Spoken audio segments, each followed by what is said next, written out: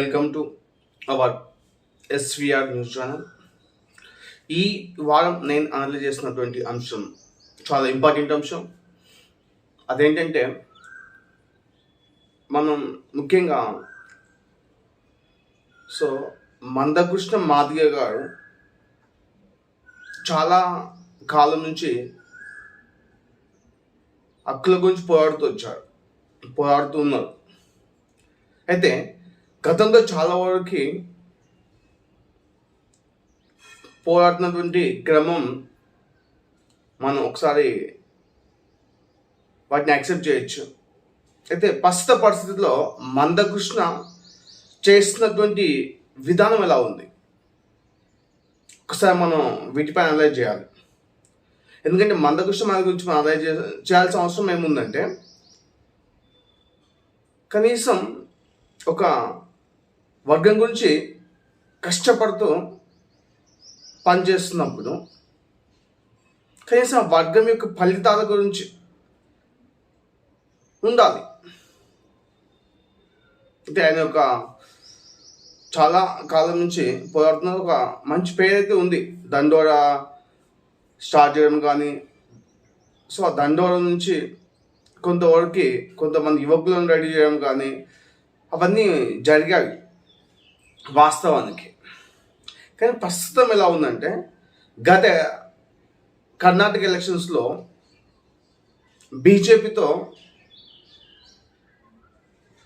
బీజేపీకి మద్దతు ప్రకటించడము చాలా అన్ఎక్స్పెక్టెడ్గా ఊహించవచ్చు. ముఖ్యంగా ఎస్సీ సామాజిక వర్గము బీజేపీకి చాలా వరకు దూరంగా ఉంటారు.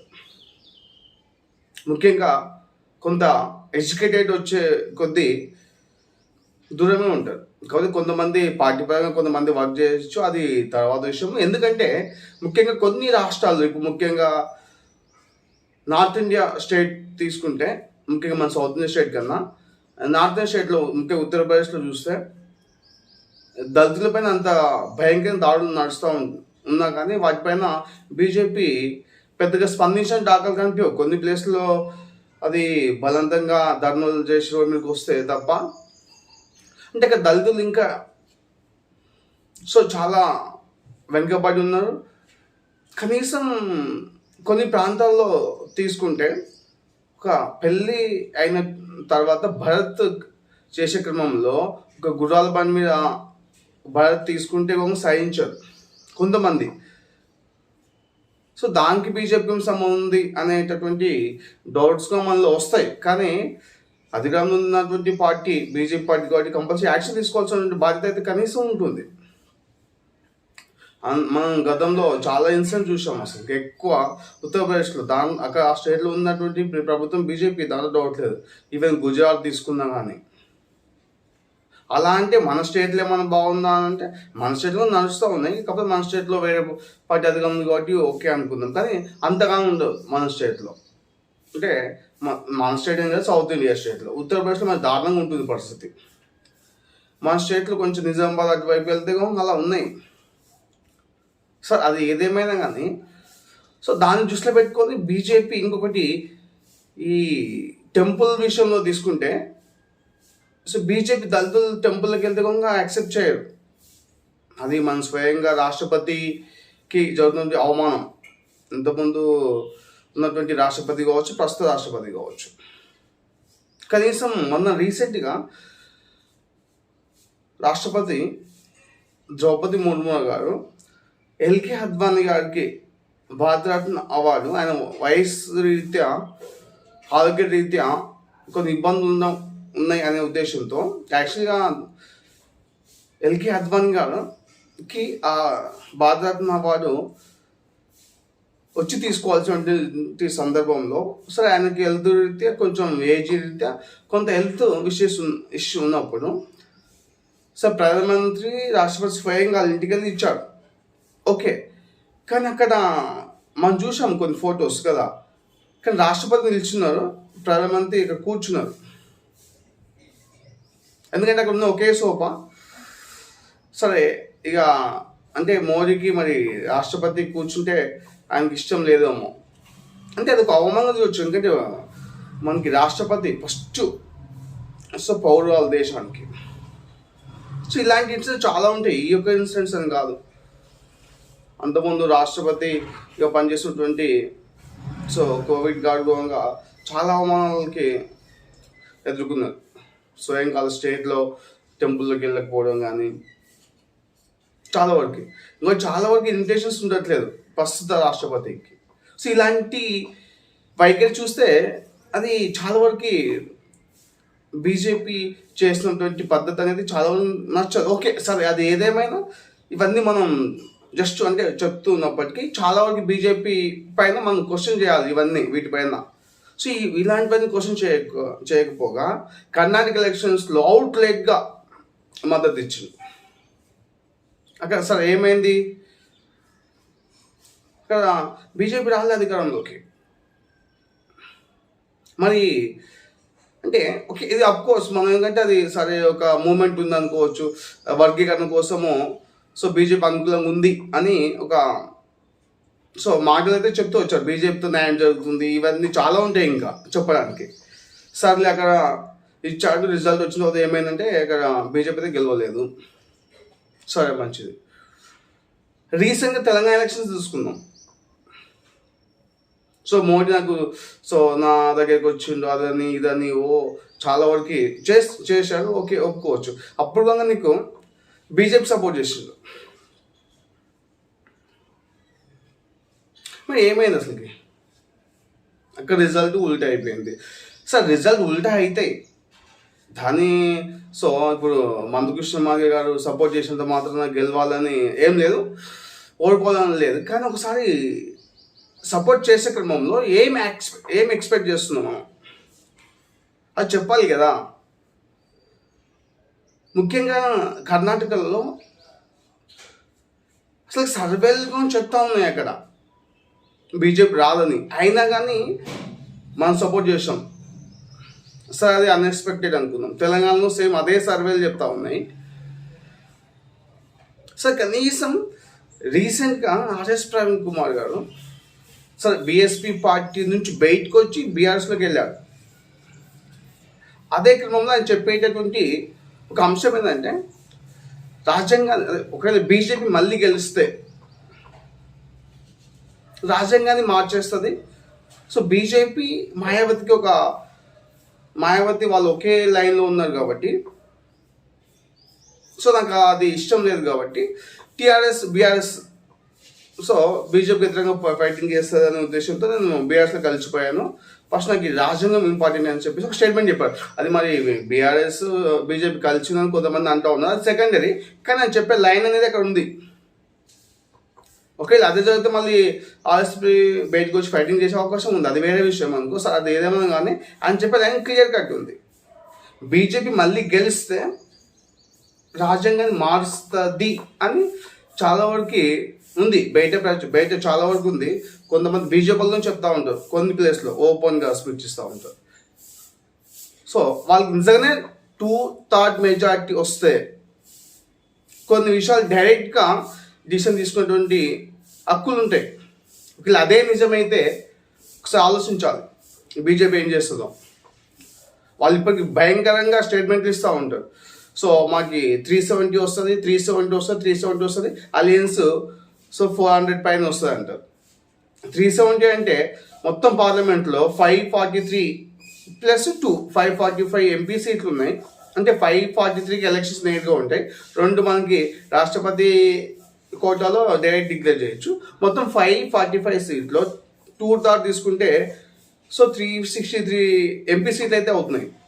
ఒకవేళ వాళ్ళు అనుకున్నట్లు 370 గెలిస్తే వాళ్ళు చాలా వరకు మనం అన్ఎక్స్పెక్ట్ చేయనటువంటి సో వాటిని చూడవచ్చు. మనం కొన్నిటిని రాజ్యాంగాన్ని రిమూవ్ చేస్తారనేటువంటి అంశం ఉంది, వాళ్ళు చేసి ఆశ్చర్యపోవాల్సిన అవసరం లేదు.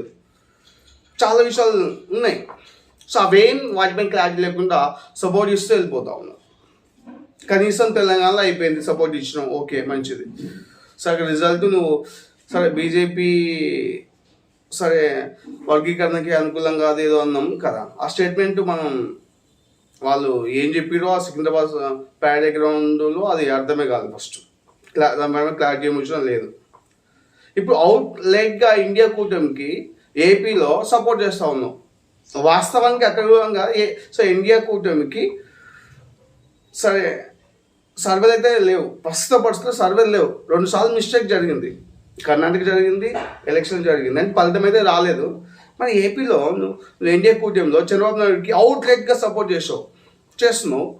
సో అదే కూటమిలో బీజేపీ ఉంది కదా, ఇప్పుడు వర్గీకరణ గురించి ఫైటింగ్ చేస్తూ ఉన్నావు కదా, మళ్ళీ ఎందుకు ఆగట్లే? వాళ్ళ దగ్గర నుంచి ఒక స్టేట్మెంట్ ఎందుకు ఇప్పించట్లేదు? సో నేను కర్ణాటక సపోర్ట్ చేశాను, మీకు ఇక్కడ చేశాను. ఇప్పుడు కనీసం నా స్వార్థ అంటే నేను కూడా రాజకీయం ఎదగాలనుకుంటాను. సో ఆ క్రమంలో తెలంగాణ అంతా సపోర్ట్ చేసినా కానీ నాకు ఈ వరంగల్ టికెట్ కానీ పెద్దపల్లికి కానీ సో ఇస్తా అన్నట్లు చెప్పి వచ్చారు. నాకు టికెట్ ఇవ్వలేదు, అయినా పర్లేదు, నేను అవన్నీ సాక్రిఫైస్ చేస్తాను. కానీ నా వర్గం కోసము వర్గీకరణ గురించి ఒక క్లియరెన్స్ చేయమను. అలాంటి డిమాండ్ ఎందుకు పెట్టట్లేదు? ఇప్పుడు తెలంగాణలో అంతా సపోర్ట్ చేసినావు కదా, సపోర్ట్ చేసినప్పుడు సరే ఓకే, ఆ ఎలక్షన్స్ ముందే స్టాండ్ తీసుకున్నావు కాబట్టి ఎమ్మెల్యేకి ఛాయిస్ లేదనుకో, అంటే టైం లేకపోవడం వల్ల నువ్వు సో పార్టిసిపేట్ చేయలేదు. కనీసం ఇప్పుడు ఎంపీ ఎలక్షన్స్లో ఒక పెద్దపల్లి టికెట్ కానీ వరంగల్ టికెట్ కానీ నాలుగల్ టికెట్ కానీ బీజేపీ నుంచి నువ్వు పోటీ చేయొచ్చు కదా. అంత సపోర్ట్ చేసినప్పుడు వాళ్ళకి టికెట్ ఇవ్వాలి కదా. సో రాజకీయంగా నాకు పెద్ద లబ్ధి అయితే లేదు, అంటే ఇంటర్నల్గా ఏముందో అది దాని గురించి నేను క్వశ్చన్ చేయదలుచుకోలేదు. కానీ సో మనం చేసినటువంటి వర్గానికి మేలు జరిగిందా? ఇప్పుడు ఎన్డీఏ కూటమి ఉంది కదా, కలిసిపోటీ చేస్తుంది కదా ఏపీలో, కానీ అవుట్లెట్గా చంద్రబాబుకి సపోర్ట్ చేస్తున్నాం. అక్కడ సర్వేలు మాత్రం లేవు. అక్కడ 100% రాసి పెట్టుకో, ఎలక్షన్స్ వచ్చిన తర్వాత అక్కడ చంద్రబాబు నాయుడు పక్క ఓడిపోతారు. ఎందుకంటే దీని యొక్క ముఖ్య కారణం చంద్రబాబు నాయుడు ఫస్ట్ నుంచి ఎస్సీల పైన రివర్సే ఉన్నారు. చాలా వరకు స్టేట్మెంట్ చూసాం మనం, ఎవరైనా ఎస్సీ వాళ్ళు దళితుల్లో పుట్టాలని కోరుకుంటారు అనేది ఎవరు చిన్న పిల్లలని చెప్తారు. చంద్రబాబు నాయుడు దళితుని అంత హీనంగా స్టేట్మెంట్ చేసుకుంటూ వచ్చారు. అంత సెకండ్ ఆయన ఒక అంటే అంత చీప్గా చూస్తూ ఉన్నారు చంద్రబాబు నాయుడు. మనం గతంలో చూసాం కదా. ఇప్పుడు రీసెంట్గా ఒక టిప్పర్ డ్రైవర్కి ఎమ్మెల్యే టికెట్ ఇచ్చారని చెప్పేసి సో అంత హేళనగా నవ్వు అహంకారం అనుకోవచ్చు. సో అలాంటి వ్యక్తికి సో నువ్వు సపోర్ట్ చేస్తా ఉన్నావు. సార్ నువ్వు సపోర్ట్ అంటే నీకు తెలిసిన సపోర్ట్ అయిన తర్వాత 2 days ఇన్సిడెంట్ జరిగింది కదా, బట్ ఇప్పుడు ఎందుకు ఖండించట్లేదు? మనం ఒక వర్గం కోసం కష్టపడుతున్నాం ఒప్పుకోవచ్చు, అదే వర్గానికి అవమానం జరుగుతున్నప్పుడు ఎందుకు క్వశ్చన్ చేయట్లేదు? సార్ నువ్వు అదే పార్టీకి సపోర్ట్ చేస్తున్నప్పుడు సార్ మరి దీని గురించి నాకు ఒక స్టేట్మెంట్ ఇవ్వండి సార్, మీరు తెలియకుండా ఒక మిస్టేక్ అయిపోయింది, సో మా జాతికి ఒక వ్యక్తి గురించి అట్లా హీనంగా మాట్లాడారు, మరి సార్ చెప్పమని చెప్పు, ఫైటింగ్ చెయ్యి. అంతవరకు సపోర్ట్ చేస్తూ ఉన్నావు కదా. నువ్వు సపోర్ట్ చేసినప్పుడు సార్ చంద్రబాబు నాయుడు అంత నవ్వుకుంటా ఎగిలంగా స్టేట్మెంట్ చేసిండు. ఇప్పుడు అడుగు మరి సార్ మీరు చేసినటువంటి రాంగ్, మా ఓట్లు మీకు అవసరం కావాలి కదా, కనీసం అపాలజీ కోడ్ ఏం దాంట్లో అపాలజీ కోడితే సో ఒకేలా నిజంగా మిస్టేక్ జరిగిందంటే అపాలజీ కోడ్స్ దాంట్లో ఏం లేదు. ప్రధానమంత్రి రైతుల గురించి సారీ చెప్పింది కదా, అంటే మిస్టేక్ జరగవచ్చు, కానీ మిస్టేక్ అయితే కాదు. ఒకవేళ ఆయన ఉద్దేశంలో అట్లా భావిస్తే చెప్పి సారీ చెప్పి మరిపోయి దళితులకి అవమానం జరిగింది కదా. ఇప్పుడు మన జాతి వాళ్ళకి అవమానం జరుగుతున్నప్పుడు ఎందుకు కూర్చున్నావు ఫైటింగ్ చేయకుండా? అదే కనీసం ఉండాలి కదా. ఒక టిప్పర్ డ్రైవర్ అని చెప్పేసి ఒక ఏల్ ముద్ర అనేసి కనీసం ఆయనేమో అంటే ఆయన ఉద్దేశం ఏం చెప్పాలి నాకు క్లియర్గా ఆయన చెప్పినటువంటి ఆయన మీటింగ్కి వెళ్ళే క్రమంలో ఆయన చెప్పినటువంటి వ్యక్తి కూడా కానీ టిప్పర్ డ్రైవర్ అనే విషయం మాత్రమే అయిపోయిండు చంద్రబాబు నాయుడుకి. అయితే ఈయన ఉద్దేశం ఏంటంటే ఈయన అపరం మీద అని చెప్పుకుంటారు కాబట్టి చంద్రబాబు నాయుడు యొక్క ఉద్దేశం ఏంటంటే చంద్రబాబు నాయుడు గారి యొక్క ఉద్దేశం ఏంటంటే దళితుడు అనేవాడు టిప్పర్ డ్రైవర్గా పనిచేస్తే ఆయనకి చదువు ఉండదు. సో చదువు లేని వాళ్ళు మాత్రమే టిప్పర్ డ్రైవర్గా పనిచేస్తారు అని ఆయనకు మైండ్లో బలంగా ఉండిపోయింది. అంటే దళితులు కూడా చదువుకోరు, వాళ్ళు ఎందుకు పనికిరారు అనేటటువంటి బలమైన ఆలోచనలు ఆయన మైండ్లో ఉన్నాయి. దాని దృష్టిలో పెట్టుకొని కనీసం కన్ఫర్మ్ చేసుకోకుండా ఏలి ముద్ర కలిసి టికెట్ ఇస్తారు అనేసి ఫింగర్ చూపిస్తూ అంత హేళనగా నవ్వుతూ ఉన్నారు. మళ్ళీ అంటే ఇక్కడ ఏంటి అసలుకి ఆయన ఉద్దేశం ఏంది అంటే దళితులని కూడా చదువుకోలేరా? ఒకసారి చూడు, ఇప్పుడు ఆర్ఎస్ ప్రవీణ్ కుమార్ అలాంటి వాళ్ళు మేధావులు ఉన్నారు దళితులలో. అసలుకి అంబేద్కర్ ఎక్కడి నుంచి అసలు ఎంత స్థాయికి వచ్చాడు ఆ విషయం మర్చిపోతుంది అసలుకి ఆయన. కనీసం అక్కడ ఏపీలో అంబేద్కర్ స్టాచ్యూ అంత గొప్పగా వేసినట్లు. సో ఆ విషయంలో ఆయన ఒక కనీసం అప్రిషియేట్ చేయాలి అసలు ఆ ఓపెనింగ్ టైంలో. అంటే అంత అవమానాలు చేస్తూ ఉన్నటువంటి చంద్రబాబు ఎందుకు సపోర్ట్ చేస్తావు ఫస్ట్? ప్లస్ అక్కడ క్లారిటీ లేదు అసలు అక్కడ. సో ఆయన దీనిపై కనీసం క్షమాపణ చెప్పమని కోరాల్సిన అవసరం నైతికంగా నీ పైన ఉంది, మన పైన ఉంది. సో పాపం ఎవరు పడితే వాళ్ళు సో ఫైటింగ్ చేస్తూ ఉన్నారు, అప్పటికి ఖండిస్తూ ఉన్నారు. మరి నువ్వెందుకు ఖండించట్లేదు? ఒకసారి ఆలోచించాలి. కనీసం ఇప్పుడు ఆర్ఎస్ ప్రవీణ్ కుమార్ అంటే బీఆర్ఎస్ పార్టీలో వెళ్ళిపోయాడు, పార్టీ పరంగా నిర్ణయాలు ఉంటాయి కాబట్టి సో ఆయన ఖండించట్లేదు అనుకో, అది వేరే. కానీ నువ్వైతే ఇండిపెండెంట్గా ఉన్నావు కదా, ఏ పార్టీకి సపోర్ట్ చేస్తున్నా కానీ పార్టీ నేను కలవలే కదా. ఇప్పుడు సపోర్ట్ చేస్తున్నప్పుడు సార్ నాకు ఇంత సపోర్ట్ చేస్తున్నా, మరి నాకు మీరు స్టేట్మెంట్ చేసి మరి రాంగ్ ఇది, మరి విత్డ్రా చేసుకోమని చెప్పు. కనీసం నువ్వు ఒక వర్గం గురించి ఫైటింగ్ చేస్తున్నావు కదా, కొంచెం ఫుల్ఫిల్గా కష్టపడు. మరి ఎలాగో నీకు సపోజ్ నువ్వు ఇంత చేస్తున్నావు, నీకు ఏమన్నా ఎంపీ టికెట్ అవన్నీ వస్తున్నా లేవు కదా. ఇప్పుడు రాజకీయంగా వాళ్ళు నేను పై తీసుకుపోయి ఏం చేయట్లేదు. నువ్వు అంతమందికి ఓట్లు వేయించిన బీజేపీకి నేను తీసుకుపోయి కూర్చోబెట్టట్లే. కనీసం మరి ఇవన్నీ మన కళ్ళ ముందు కనిపిస్తున్నటువంటి అన్యాయాన్ని నువ్వు ఫస్ట్ ఫైటింగ్ చేయాలి కదా. ఆ విషయం ఎట్లా మర్చిపోతావు? మరి ఒకసారి ఆలోచించుకో. మందకృష్ణ మాదిగ గారు చాలామంది దండోరా అవన్నీ కార్యక్రమం చేయడం వల్ల చాలామంది మేధావులు అంటే కొంతమంది రాజకీయంగా డెవలప్ అయ్యారు.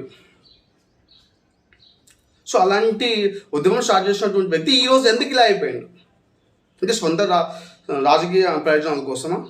ఇప్పుడు ఏం అవసరం? మీకు అంత ఏజ్ ఉంది, సో అన్నీ సాక్రిఫైస్ చేస్తూ వచ్చారు. వాస్తవం చెప్పాలంటే మీ ప్లేస్లో వేరే వాళ్ళు ఉంటే సో రాజకీయంగా లబ్ధి పొందే వాళ్ళేమో నాకు తెలిసి. సో ఇప్పుడు అవన్నీ అయిపోయినాయి, అవేం రావట్లేదు. మరి ఇంకెందుకు ఇంకా ఫైటింగ్ చేయకుండా ఇప్పటికైనా మేల్కో వచ్చేసి చంద్రబాబు నాయుడిని మోడీని క్వశ్చన్ చెయ్యి. కనీసం మోడీతో కలిసినావు కదా, సో అడుగు. సార్ ఇప్పుడు పక్క మీరు అది కేంద్రంలో మీరే వస్తున్నారు, సర్వేలు అవే చెప్తున్నాయి కదా, నా సపోర్ట్ ఉంది కదా, సో మా సపోర్ట్ ఉంది కదా, మరి వర్గీకరణ గురించి ఒక స్టాండ్ తీసుకోమని చెప్పి క్వశ్చన్ చేయి. పబ్లిక్ మీటింగ్లో వాళ్ళ మేనిఫెస్టోలు పెట్టమని చెప్పి, లేకపోతే స్టేట్మెంట్ ఇవ్వమని కనీసం వాళ్ళు ఏదో మేనిఫెస్టోలో పెట్టారు, కనీసం స్టేట్మెంట్ ఇవ్వమని చెప్పి ఇప్పి లేదు. ఇప్పుడు అంత పెద్ద ఎత్తున రాజ్యాంగం మార్చేస్తే అన్నారు కదా, మరి వాళ్ళ ఉద్దేశం ఏందో ఒకసారి ఇలా ఉంది, మరి పబ్లిక్ ఇలా ఉంది, మరి దీనిపై ఒక స్టాండ్ ఒక క్లారిటీ చెప్పమాను. బీజేపీని అడుగు, ప్రశ్నించు, వర్గీకరణ స్టేట్మెంట్ క్లారిటీ తీసుకో. రాజ్యాంగం గురించి వాళ్ళు ఇంతగానో ఉంది, మేధావులే చెప్తా ఉన్నారు, వాళ్ళు బీజేపీలు గెలిస్తే ఇది చేస్తారు అని చెప్తా ఉన్నారు. సో వాళ్ళు చేయతావు విషయం, కానీ ఒక డౌట్ వచ్చినప్పుడు దాన్ని క్లారిఫై అయితే కావాలి కదా, అడుగు, క్వశ్చన్ అడుగు. రాజ్యాంగాన్ని వాళ్ళు ఒకవేళ వాళ్ళు భారీ మెజారిటీతో వస్తే రాజ్యాంగాన్ని తీస్తా అన్నారు. ప్రవీణ్ కుమార్ సార్ అదే చెప్తుంది కదా, దాని మీద క్లారిటీ చెప్పమని ఫస్ట్. నెక్స్ట్ దళితుల పైన జరిగిన దాడుల పైన ఏం చేస్తారు ఫస్ట్, ఒక ప్రత్యేకమైన కమిటీ మనం యాక్షన్ ప్లాన్ చేయమను. అవి లేవు, ఇవేం లేవు, వీటిని క్వశ్చన్ చేయవు. మరి ఏంటి ఇదండి అంటే నాయకు అనలైజేషన్ ఇది. సో ఇప్పటికైనా నా ఉద్దేశం ఏంటంటే మందకృష్ణ మాదిగ గారు ఒక ఆలోచన చేస్తూ వీటిపైన క్లారిటీ కావాలి. చంద్రబాబు దగ్గర నుంచి కానీ కేంద్ర ప్రభుత్వం నుంచి క్లారిటీ తీసుకొస్తే బెటర్. చూద్దాం. Thank you.